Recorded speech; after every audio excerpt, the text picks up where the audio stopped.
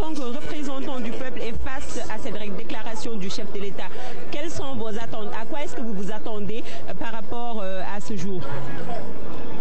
Je dois d'abord dire que en ce 14 juillet 2011, je pense au mât de Cocagne dans le cadre des fêtes qui étaient organisées lorsque nous étions sous domination coloniale. C'est dire que je mesure toute l'étendue de l'importance de notre indépendance que nous défendrons. Cette déclaration du président et face à ses élus uniquement autant de symboles, comment est-ce que vous les interprétez, vous, aujourd'hui?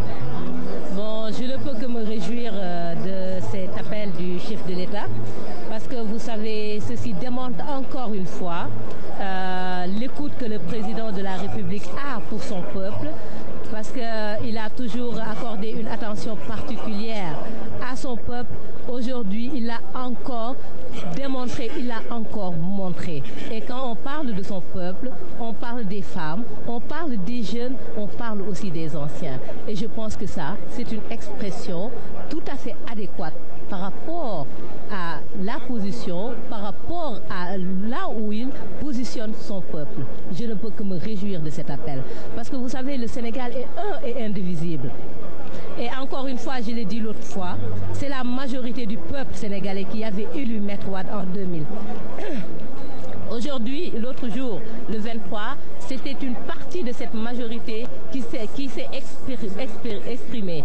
Et aujourd'hui, le président va à nouveau se réconcilier avec son peuple parce que ce qui est sûr, il a toujours été une constance, le peuple est derrière lui, quelles que soient les difficultés sociales, les difficultés économiques.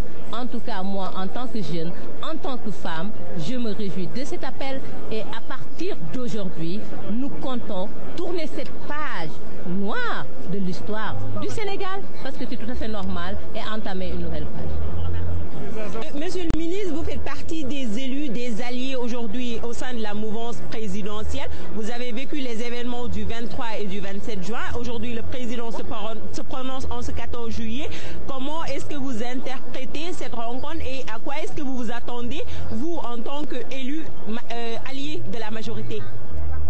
Je remercie bien. Je crois qu'a priori, nous devons faire confiance au président de la République quant au contenu de son discours. Mais j'attends un discours d'apaisement surtout.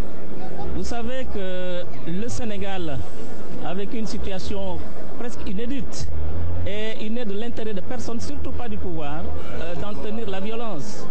Donc nous attendons le chef de l'État qu'il nous rassure, qu'il rassure les Sénégalais quant à sa main tendue, qu'il mette aussi la majorité que nous constituons en ordre de discuter, n'est-ce pas, avec les autres, et que nous sachions que l'essentiel, finalement, ça transcende nos personnes, ça transcende forcément nos partis politiques, puisque l'essentiel, c'est le Sénégal.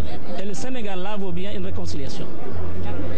Madame la ministre, benn kàddu rek yow tey jii lan ngay xaar yow mi nga xam ni ci base bi ngay liggéeyee di jàppale président yéen bi ngeen dundee événement 23 yi ak 27 yi tey jii ban discours ngeen di xaar ci président ak it naka ngeen gisee lu ni mel.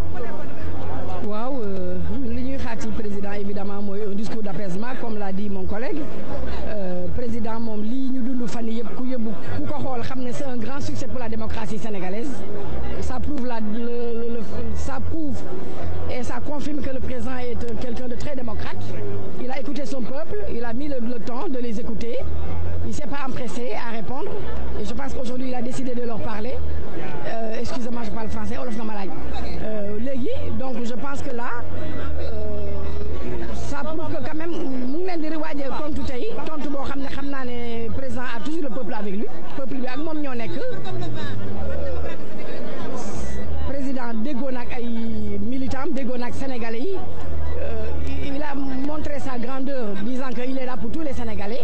Ñu kontaan ñëpp mu ngi leen di gérer. Et je pense qu'aujourd'hui, bon, il va faire une communication par rapport au peuple sénégalais. Voilà, merci beaucoup.